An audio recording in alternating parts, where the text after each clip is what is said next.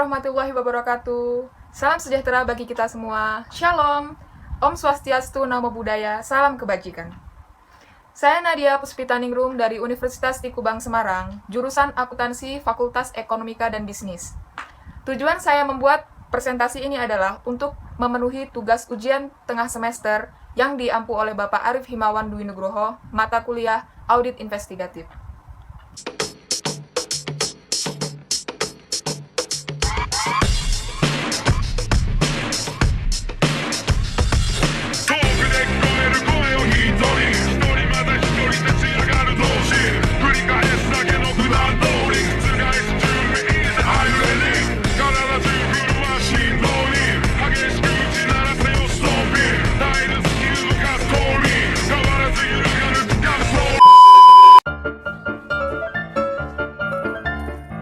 Yo, halo, welcome back to Barbar.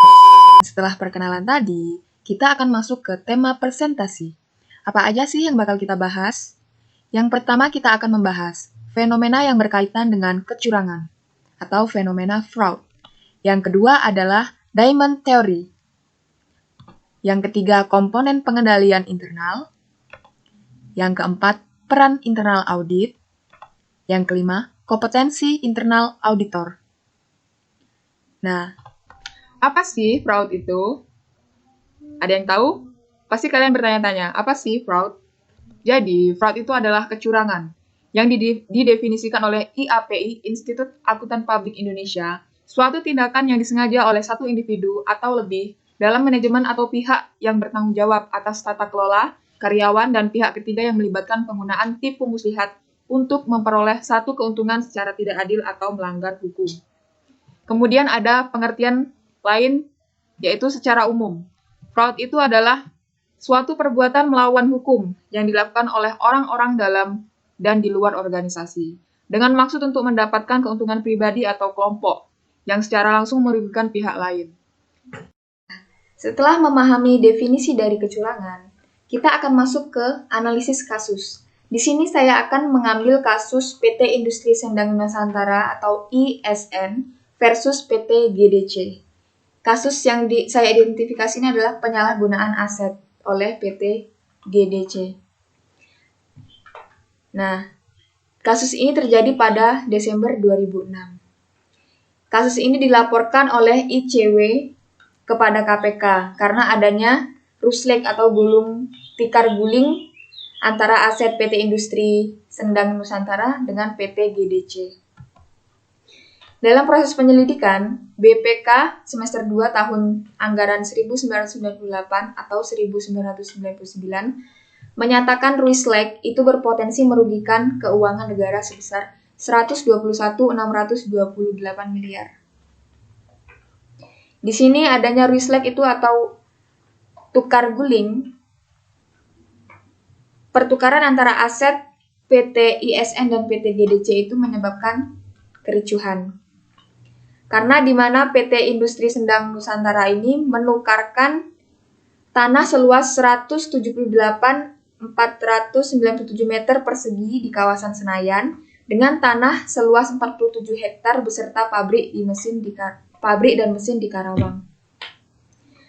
Nah, di sini kerugian ini, aset yang digelapkan atau kerugian ini berupa bangunan pabrik dan mesin PT GDC senilai 63,954 miliar. Berdasarkan penilaian aktiva tetap PT Sukovindo pada tahun 1999, penyusutan nilai aset pabrik milik PT GDC senilai 31.546 miliar dan kelebihan perhitungan tersebut harga tanah senilai 0,127 miliar. Selain itu ditemukan bahwa terdapat nilai saham yang belum dibayarkan oleh PT GDC sebesar 26 miliar. Dari kasus ini, kerugian ini dapat disebabkan oleh lemahnya pengendalian internal PT ISN. Seharusnya kalau ada kontrak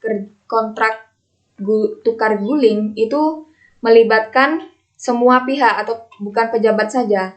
Jadi melainkan melibatkan beberapa pejabat sebagai pengendali dan kontrol yang baik. agar tidak ada miskomunikasi. Selain itu juga diperlukan sebuah aturan baku untuk perusahaan mengenai tukar guling, sehingga kemungkinan penyelewengan menjadi berkurang. Ini diperlukan kontrol dari lembaga juga, dan pengendalian internal dari PT ISN agar tidak ada pihak eksternal yang ingin mengambil alih aset-aset milik PT ISN. Sebelum masuk ke materi selanjutnya, solusi dari kasus ini itu didapatkan bahwa harus dikembangkan lagi pengendalian internal milik PT ISN.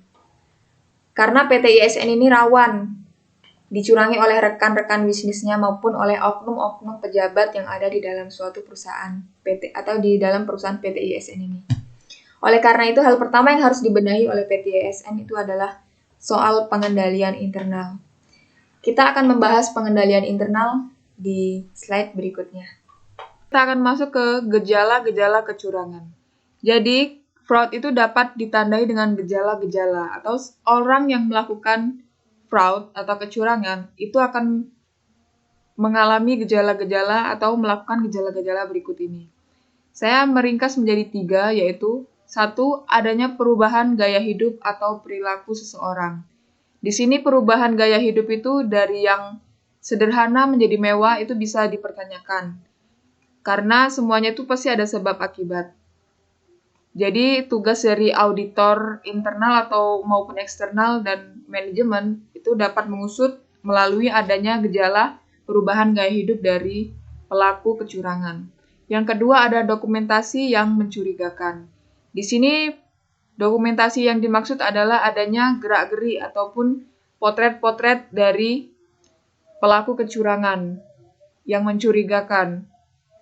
Kemudian yang ketiga ada keluhan dari pelanggan dan kecurigaan dari rekan kerja. Di sini kalau keluhan dari pelanggan itu merupakan bagian eksternal yang dapat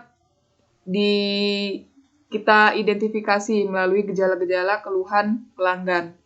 Dan kecurigaan dari rekan kerja ini juga termasuk gejala-gejala yang sering kita dapat temui atau identifikasi dengan mudah. Karena orang yang mengetahui diri kita atau kecurangan kita itu adalah rekan sekerja kita. Kemudian kita masuk ke pelaku kecurangan. Saya membagi menjadi 2 bagian. Yang pertama itu kecurangan pada manajemen, yang kedua kecurangan pada karyawan.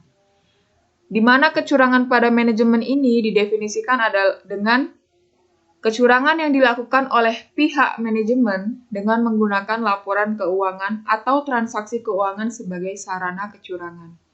Biasanya dilakukan untuk mencurangi pemegang kepentingan seperti stakeholder yang terikat dengan organisasi.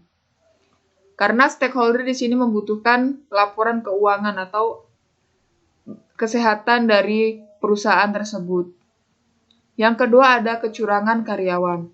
Kecurangan karyawan ini dilakukan oleh pegawai dalam suatu organisasi. Biasanya kecurangan pada karyawan ini relatif kecil, tapi seiring berjalannya waktu, sekecil-kecilnya kecurangan, jika dilakukan terus-menerus, dia akan menggunung dan menyebabkan kerugian untuk banyak orang. Setelah membahas pelaku dan gejala, kita masuk ke pihak yang dirugikan. Di sini saya mengambil 4 bagian, yaitu pemegang saham, investor, perusahaan, dan pelanggan. Yang pertama ada pemegang saham. Kenapa pemegang saham menjadi pihak yang dirugikan? Karena pemegang saham itu membutuhkan yang berkaitan dengan perusahaan atau entitas. Pemegang saham ini menjadi korban kecurangan manajemen, yaitu manajer berusaha memalsukan peningkatan laba dan aktiva. Di sini maksudnya adalah manajer ini melebihsajikan laba atau melebihsajikan aktiva. Itu bisa jadi bentuk kecurangan yang dilakukan oleh manajer dan merugikan pihak pemegang saham. Yang kedua ada investor. investor itu mengalami kerugian di pasar modal karena tindak pidana yang dilakukan oleh insider trading atau perusahaan. Karena investor ini kan tujuannya untuk memperoleh laba dari suatu perusahaan atau dari investasi yang ditanam dari sebuah perusahaan, dalam sebuah perusahaan. Jika sebuah perusahaan itu melakukan kecurangan atau tindakan fraud, jadi di sini investor merasa dirugikan. Yang ketiga adalah perusahaan. Jelas perusahaan ini adalah pihak yang dirugikan. Karena jika dalam suatu perusahaan, orang di dalam perusahaan tersebut melakukan kecurangan, yang pasti ini akan mempengaruhi kinerja dari perusahaan tersebut. Yang keempat adalah pelanggan. Pelanggan ini juga termasuk pihak yang dirugikan. Karena pelanggan tidak sedikit itu membutuhkan informasi dari kesehatan perusahaan tersebut. Kemudian kita masuk ke kebijakan anti-fraud. Di dalam suatu perusahaan, kita dapat manajer atau manajemen dapat menerapkan kebijakan anti-fraud dengan cara kebijakan dan prosedur human research. Di sini, kebijakan tersebut diadakan paling kurang meliputi proses rekrutmen pegawai, pendidikan untuk pegawai, transparansi proses rotasi, mutasi sampai promosi, pemberian sanksi, penghapusan kebijakan yang tidak tegas, pemberian rewards, integritas, dan sistem kinerja. Dari semua kegiatan tersebut, ini dapat mencegah adanya fraud atau kecurangan. Human Research ini adalah unit yang melakukan revisi kebijakan dan prosedur yang ada saat ini dan berpedoman pada kebijakan anti-fraud. Jadi bisa merevisi prosedur dan kebijakan yang telah diterapkan di periode sebelumnya. Apakah itu kurang tepat ataupun tidak tepat bisa direvisi melalui Human Research ini. Kemudian kita masuk ke Diamond Theory. Ini adalah tema kita yang kedua. Diamond Theory ini dikemukakan oleh Wolf dan Herman pada tahun 2004. Teori ini menambahkan elemen baru yaitu kapabilitas atau dalam bahasa Indonesia adalah kemampuan sebagai elemen keempat. Sebelumnya teori sebelumnya adalah teori fraud triangle. Kenapa kok ada pembaruan? Karena ada pandangan baru terhadap fenomena fraud yang diusulkan. Sehingga menjadi yang pertama adalah tekanan atau insentif, yang kedua kesempatan, opportunity, yang ketiga rasionalisasi, yang keempat kemampuan atau kapabilitas. Ini adalah bagian dari fraud diamond. Kita lihat ada 4 sisi di sini. Yang pertama ada insentif, opportunity, rasionalisasi, dan kapabilitas.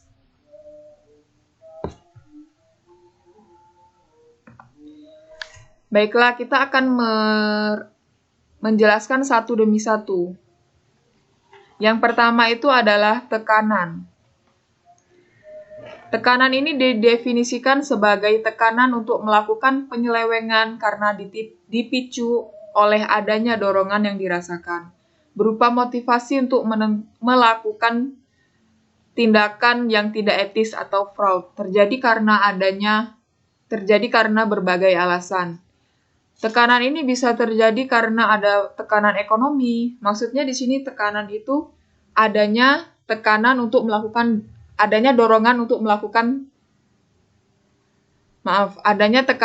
melakukan sebuah fraud atau sebuah kecurangan. Di sini yang dimasukkan tekanan itu adalah tekanan ekonomi. Tekanan dari rekan kerja mungkin bisa jadi juga, karena banyak sekali alasan-alasan untuk berbuat kecurangan.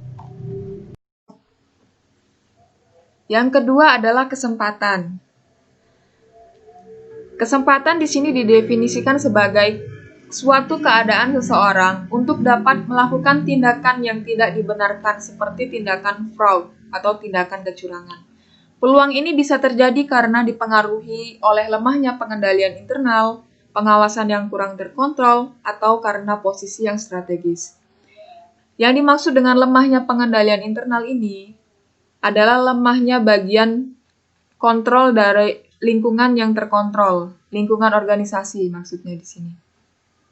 Kenapa kok lingkungannya lemah? Mungkin ada sesuatu yang tidak atau kebijakan yang tidak sesuai dengan perusahaan tersebut, atau lemahnya dalam pemberian sanksi untuk pelaku fraud. Dan yang kedua itu ada pengawasan yang kurang terkontrol. Biasanya dalam satu periode itu harus ada pengawasan yang terkontrol. Jadi jika ada kekurangan dalam pengawasan, ini bisa menjadi kesempatan pelaku kecurangan untuk melakukan kecurangan. Yang ketiga adalah posisi yang strategis. Posisi di sini yang dimaksud adalah jabatan. Kenapa jabatan menjadi salah satu faktor kesempatan? Karena di sini semakin tinggi jabatan, semakin banyak juga kesempatan yang diambil untuk melakukan ketindakan kecurangan. Tetapi jabatan yang kecil tidak menutup kemungkinan untuk melakukan fraud juga. Selanjutnya adalah elemen yang ketiga, rasionalisasi. Konsep rasionalisasi ini menunjukkan bahwa pelaku harus bisa merumuskan beberapa bentuk rasionalisasi atau pembenaran yang dapat diterima secara moral sebelum terlibat dalam perilaku kecurangan. Pelaku akan mencari alasan untuk membenarkan kejahatan tersebut. Apa yang dimaksud dengan rasionalisasi? Jadi di sini pelaku kecurangan itu mencari pembenaran dari pihak-pihak lain atau dari orang-orang yang ada di sekitar lingkungan entitas. Kenapa kok mencari pembenaran? Karena menurut mereka ini adalah kejahatan yang sudah banyak diterima atau secara moral itu sudah sering dilakukan oleh banyak orang. Jadi menurut mereka ini adalah pembenaran atau rasionalisasi. Yang selanjutnya adalah kemampuan, elemen yang dalam penambahan sebelumnya atau dalam Diamond Theory itu penambahan elemen keempat. Suatu kemampuan atau kelebihan seseorang dalam memanfaatkan keadaan yang melingkupinya, yang mana kemampuan ini lebih banyak diarahkan pada situasi yang mengelabuhi sistem pengendalian internal, dengan tujuan untuk melegalkan hal-hal yang sebenarnya dilarang dari suatu organisasi. Nah, di sini kalau saya simpulkan itu berarti kemampuan ini orang yang cerdas mungkin. Karena banyak orang-orang cerdas itu tidak jujur ya. Kemampuan ini didefinisikan sebagai cara-cara seseorang memiliki EQ yang tinggi mungkin untuk bisa melakukan kecurangan. Di sini menurut Wolf dan Herman, sifat-sifat yang terkait dengan elemen kemampuan itu adalah posisi. Jika dia memiliki posisi yang bagus atau posisi yang tinggi dalam suatu organisasi, maka semakin besar kemampuannya untuk melakukan kecurangan. Yang kedua itu adalah ego. Dia memiliki ego yang tinggi untuk melakukan kecurangan. Yang ketiga adalah penipuan yang sukses. Berarti sebelumnya dia melakukan penipuan. Dan penipuan tersebut itu berjalan dengan lancar dan tidak ketahuan. Dia ketagihan untuk melakukan kecurangan lagi. Kemudian kita masuk ke materi yang selanjutnya, yaitu komponen pengendalian internal. Sebelumnya, kita akan mengetahui dulu apa sih pengertian dari pengendalian internal. Tadi sebelumnya sudah kita bahas dalam materi kecurangan, lemahnya pengendalian internal. Jadi pengendalian internal ini adalah proses atau suatu kegiatan yang dilakukan atas amanat dari Dewan Direksi atau manajemen dalam suatu organisasi yang bertujuan untuk melindungi aset serta memastikan kepatuhan pada hukum dan peraturan yang berlaku. Jadi ini berisi peraturan-peraturan dan kepatuhan kepada hukum ya dalam suatu organisasi. Ini komponen-komponen yang akan kita jabarkan satu demi satu. Yang pertama, lingkungan pengendalian. Lingkungan pengendalian ini adalah bagian yang dasar atau kontrol lingkungan.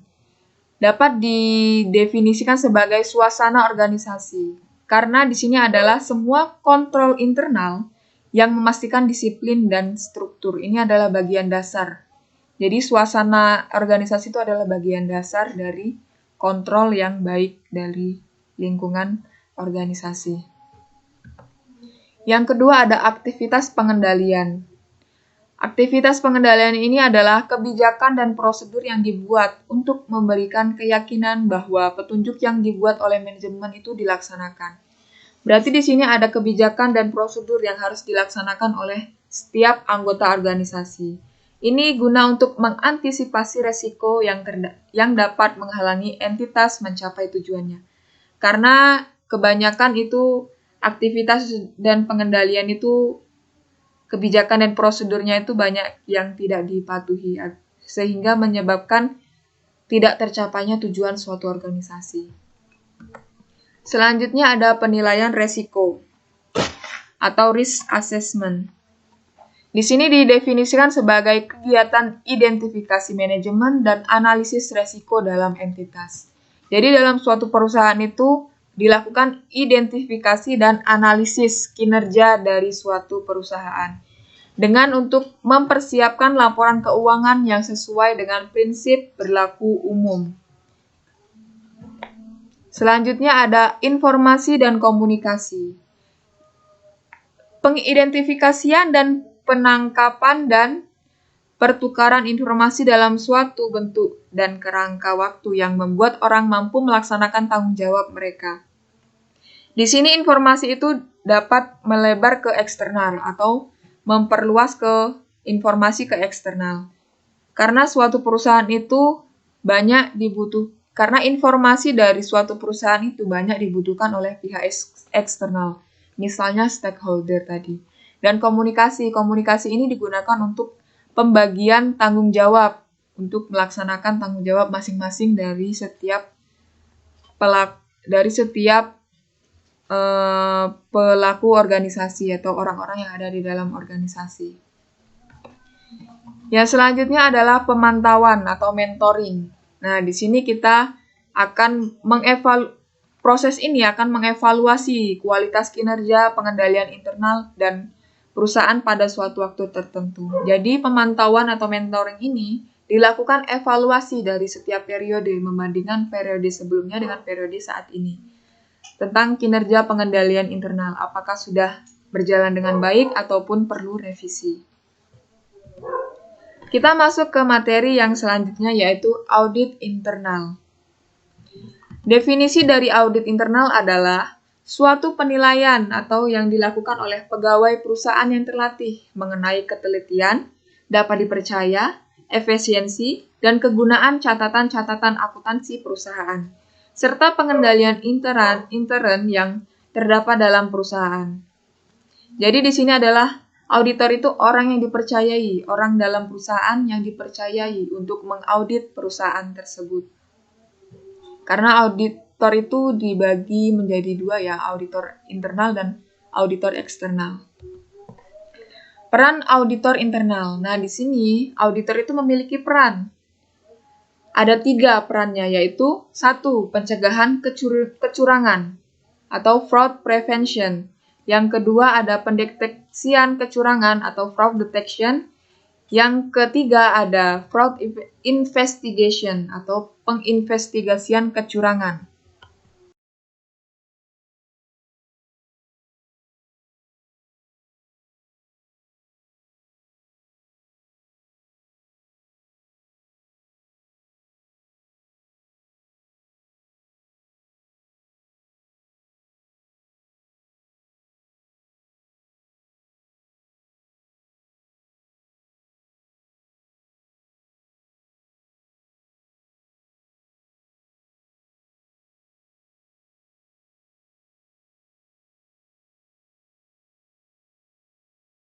Yang pertama kita akan masuk ke pencegahan fraud. Peran yang pertama dilakukan oleh auditor internal dalam suatu organisasi adalah pencegahan fraud. Ada 4 bagian yang harus dilakukan, yaitu yang pertama, membangun struktur pengendalian internal yang baik. Kenapa kok harus dibangun struktur pengendalian yang baik? Karena di sini semakin berkembangnya suatu perusahaan, itu semakin banyak tugas dari manajemen untuk mengendalikan jalannya perusahaan. Karena di sebelumnya tadi kita sudah membahas pengendalian internal yang baik itu adalah suatu dasar bagi suasana organisasi untuk mencapai sebuah tujuan. Yang kedua ada mengefektivitaskan aktivitas pengendalian. Di sini dimaksudkan adalah kontrol lingkungan. Kenapa kontrol lingkungan harus diefektivitaskan? Karena kita harus memberikan kebijakan dan prosedur-prosedur yang harus dilaksanakan oleh organisasi. Dengan cara apa auditor internal memberikan? Dengan cara review kinerja. Mereview kinerja itu dengan cara mereview kinerja periode sebelumnya dengan periode saat ini. Itu perlu direview. Yang kedua itu dengan cara pengolahan informasi dari pengendalian dilaksanakan untuk mengecek ketepatan dan kelengkapan otoritas transaksi. Transaksi itu adalah seperti kinerja-kinerja atau yang dihasilkan dari suatu perusahaan. Yang ketiga itu meningkatkan kultur organisasi. Yang dimaksud dari kultur organisasi ini adalah meningkatkan implementasi prinsip-prinsip good corporate governance (GCG). Jadi di sini mengimplementasikan GCG dengan baik. Yang keempat ada mengefektivitaskan fungsi internal audit. Ini dimaksud adalah auditor ini tidak menjamin bahwa kecurangan tidak akan terjadi. Namun ia harus menggunakan kemahirannya. Berarti di sini kemahiran seorang auditor internal harus digunakan untuk melakukan pencegahan terhadap kecurangan atau fraud. Yang kedua adalah pendeteksian fraud. Sebenarnya kita tidak bisa hanya mencegah saja ya, kita juga harus sebagai auditor internal, kita harus mendeteksi apa saja yang harus dideteksi oleh auditor internal. Ada 3 bagian yang harus dideteksi, yaitu penyalahgunaan aset, kecurangan pelaporan keuangan, dan korupsi. Kita akan membagi menjadi 3 bagian dan apa saja yang harus dilakukan auditor internal. Penyalahgunaan aset ini didefinisikan sebagai penyalahgunaan aset perusahaan secara pribadi untuk kepentingan pribadi. Biasanya sering dilakukan oleh pegawai atau employee, seperti penggelapan kas, penggunaan fasilitas untuk kepentingan pribadi. Ini dapat ditanggulangi dengan cara review aset-aset yang sudah ada di dalam suatu perusahaan. Yang kedua ada statistical sampling. Yang dimaksud dengan statistical sampling ini adalah menguji secara sampling untuk menentukan ketidakpastian dari dokumen dasar atau dokumen dasar pembelian. Jadi semua dokumen-dokumen itu diuji. Yang ketiga adalah komplain pelanggan. Komplain pelanggan ini adalah suatu deteksi yang cukup bisa diandalkan karena di sini komplain pelanggan ini sifatnya itu terlihat ya, tidak. Karena setiap ada kerugian dari pelanggan, mereka akan komplain. Ini bisa menjadi cara atau suatu teknik untuk mendeteksi kecurangan. Yang keempat adalah observasi. Kita melakukan observasi ke lokasi untuk memastikan aset tersebut. Kemudian kita masuk ke yang kedua, yaitu kecurangan pelaporan keuangan. Ini diartikan sebagai salah saji atau pengabaian jumlah dan pengungkapan yang disengaja dengan maksud untuk menipu para pengguna pelaporan atau laporan keuangan. Ini contohnya adalah overstating aset dan understating liabilities. Kecurangan pelaporan keuangan dapat dideteksi dengan 3 cara, yaitu analisis vertikal, analisis horizontal, dan analisis rasio.